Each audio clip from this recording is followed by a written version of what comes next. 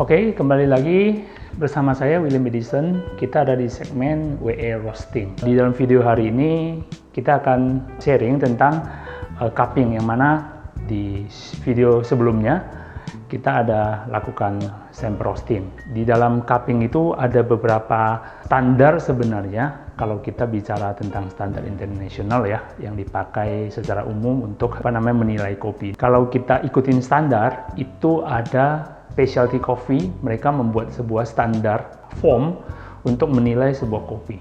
Ya, contohnya seperti ini. Ya, ini form yang dipakai oleh Specialty Coffee Association ya, ataupun biasanya kalau kita apply untuk Q grader kita akan memakai form ini. Form ini untuk Arabica, dan juga ada satu form lagi ini untuk Robusta. Jadi di dalam menilai Arabica, kopi Arabica dan kopi Robusta itu ada beberapa perbedaan. Kita hari ini tidak akan memakai form ini, yang menurut saya ini biasanya dipakai untuk menilai sebuah kopi, yang mana itu akan menjudge kopi itu kualitasnya dengan sebuah skor. Nah, sedangkan hari ini yang akan kita bahas di sini adalah lebih untuk mengevaluasi hasil roastingan kita. Sehingga form ini mungkin akan kita bahas next di video selanjutnya.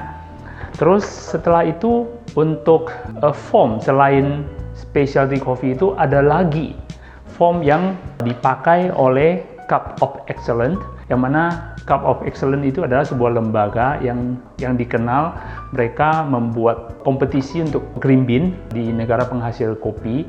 Dan kebetulan tahun ini adalah pertama kalinya Indonesia melakukan lomba green bean yang diselenggarakan oleh COE ataupun Cup of Excellence.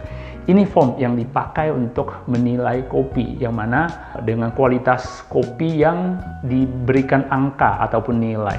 Nah, kalau form COE ini sangat detail, dia akan ada banyak banget yang perlu dinilai juga. Dan mungkin ntar next time akan kita coba bahas juga gimana cara isi form dalam COE. Oke, nah sekarang ketika kita selesai roasting, biasanya kopi itu perlu waktu untuk digesing ataupun restingnya. Kalau standar specialty coffee untuk cupping itu minimum 8 jam sampai dengan maksimum 24 jam untuk melakukan evaluasi dari hasil roastingan kita. Kemarin kita udah roasting dan kita udah taruh sekitar 1 hari ya. Jadi hari ini kita akan coba cupping 3 sampel yang kemarin kita roasting, yaitu yang roasting lebih light dan medium, 1 medium to dark. Jadi ada total 3 sampel.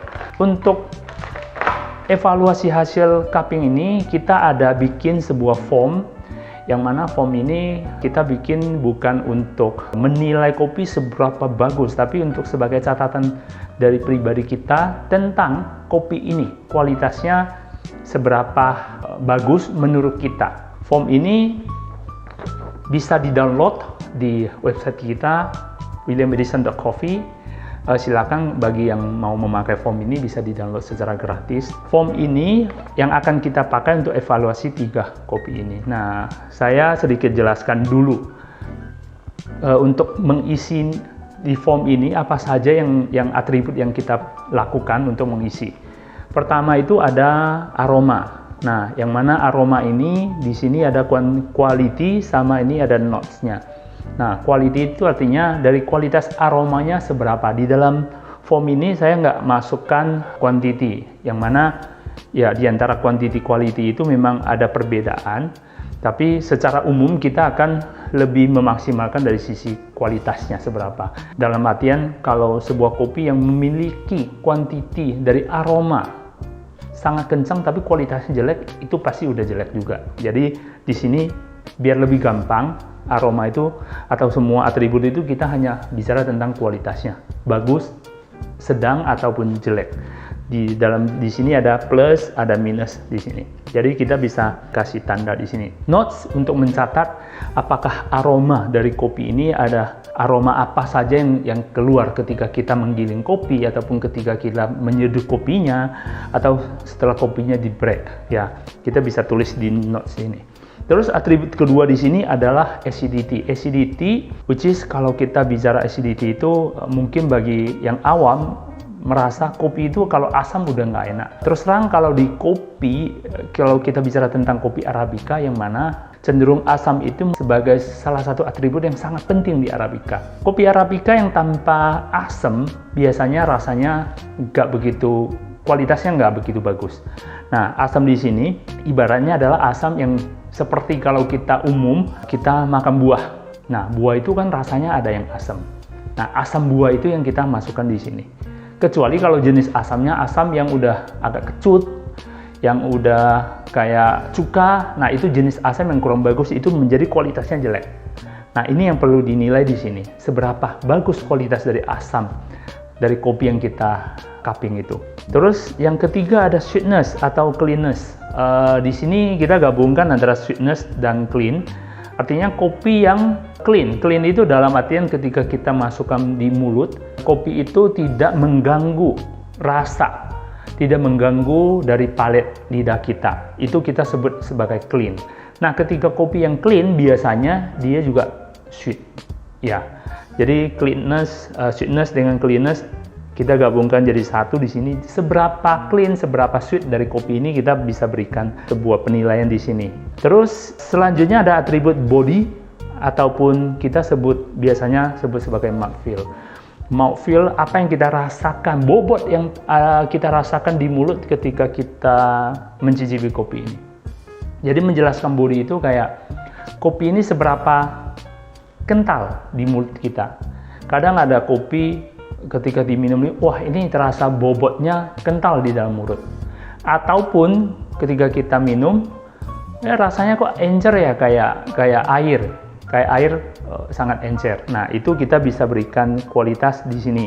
Seberapa bagus kualitas bodinya gitu. Terus di sini ada finish. Finish itu kalau secara umum kita sebut sebagai aftertaste juga, yaitu apa yang tinggal di mulut kita. Seberapa nyaman. Kadang kalau kita minum kopi, setelah diminum, ditelan, yang tertinggal di lidah itu manis, dia lama, long aftertaste, ya bisa manis, bisa keluar air liur. Nah, itu kita bisa deskripsikan di sini. Bisa sebutannya delicate, bisa rounded, sangat bulat rasanya. Nah, itu kita sebut dengan finishnya. Nah, seberapa bagus finishnya. Ini sangat menentukan kualitas dari kopi itu. Terus terakhir di sini, belum terakhir, 2, 4, 5, 6. Yang ke-6, di sini ada flavor. Ya, flavor itu secara umum kita sebut kopi ini memiliki cita rasa seperti apa, bisa kita tulis di sini. Dia termasuk aroma, termasuk rasa yang kita rasakan di mulut, dan termasuk tekstur di dalamnya. Nah, ini kita sebut secara umumnya flavor. Dan biasanya secara umum juga orang menulis kopi ini memiliki flavor, antara lain dia kayak rasa nangka ataupun buah durian, buah tomat, cherry, berry, ya itu semua bisa ditulis di sini. Terus terakhir di sini ada overall. Overall ini per 10, artinya overall itu adalah sebuah subjektivitas dari kita sebagai orang yang melakukan penilaian terhadap kopi itu. Menurut kita sendiri, kopi ini layak kita berikan nilai berapa? 1 dari 10. Angka 7 kira-kira kalau kita di dalam penilaian lulus nggak lulus, angka 7 itu udah bagus. Angka 6 ya naik kelas biasanya. Berarti di dalam kopi juga kurang lebih sama di dalam menentukan ini skornya 10 itu apa? Overall. Artinya kopi ini secara garis besar saya suka sama kopi ini. Saya bisa kasih 7,5, saya bisa kasih 8. Atau, ini menurut saya kopi yang paling enak yang pernah saya minum. Kasihnya nilainya 9. Sisihkan 10, yang mana sisihkan 1 itu, yang mana 1 itu bisa jadi next time kita akan ketemu kopi yang lebih baik dari yang kita tes hari ini. Sehingga angka 1 di belakang itu biasanya kita sisihkan dulu lah, nggak kita berikan. Nah, jadi angka 9 bisa kita berikan di sini. Kenapa pencatatan ini menjadi penting? Ingat, ketika kita merasakan kopi, waktu yang kita rasakan itu, kalau tidak kita catat, itu biasanya kita akan cepat lupa. Cepat lupa dalam mengevaluasi hasil.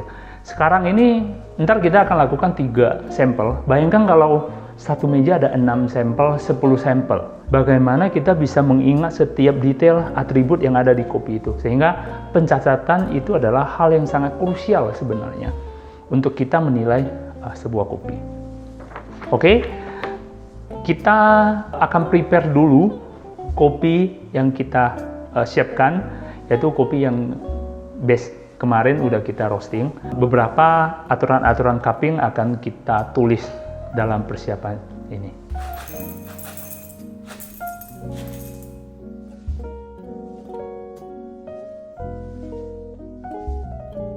Oke, ini udah saya timbang, yaitu timbangannya di sini kita pakai 12 gram.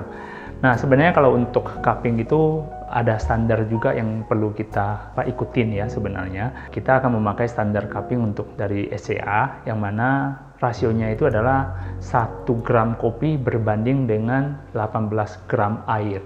Which is, kalau dari wadah yang kita punya, ini kita kalau pouring total 200 ml, kita akan memakai 11, sekian sebenarnya. Tapi di sini kita pakai 12 gram. Karena pada saat kita pouring itu kita akan pouring sampai dia full. Oke. Nah, kalau di rumah gimana untuk rasio di rumah itu seperti apa kalau kita pengen cupping? Nah, sekarang caranya itu tergantung dari gelas yang kita pakai. Contoh misalnya hari ini saya punya gelas yang nggak ada ukuran ini, gimana caranya? Kita bisa timbang dulu. Gelas ini bisa memuat berapa gram air. Pakai gram ya, jangan pakai mili. Soalnya ketika kita pakai mili, ntar ada selisih. Nah, sebaiknya semua kita pakai gram. Contoh, kita punya gelas, kita timbang dulu isi volume air sampai full, dia dapat berapa gram. Nah, tinggal dapat berapa gram itu kita bagi dengan 18. Oke, itu rasionya 1:18. Terus setelah saya timbang, apalagi next step-nya, kita akan giling kopi ini untuk kita brewing. Nah, gilingan itu ada nggak standar untuk size seberapa besar partikel size-nya? Sebenarnya memang di SCA juga ada syarat gilingan seberapa kasar ataupun seberapa halus. Nah, kita di sini ada tools yang kita pakai. Ini tools dari buatan Kruf dari luar negeri. Kemarin dapat ini saat kita ikut Cupping Cup of Excellence. Jadi ini bisa kita lihat detailnya. Kalau di SCA cupping itu yang boleh dipakai untuk kasar halusnya itu di antara medium sampai dengan medium coarse, medium fine sampai dengan medium coarse. Itu kalau ada pakai angka itu adalah angka 500 sampai dengan 1300 mesh. Ini seberapa besar? Ntar kita akan coba lihat seberapa besar partikelnya di sini. Nah, di antara itu bisa kita pakai. Nah, kalau di gilingan yang kita pakai di sini HKV ini, ntar ada size juga yang bisa kita setting. Kita akan setting di antara medium fine.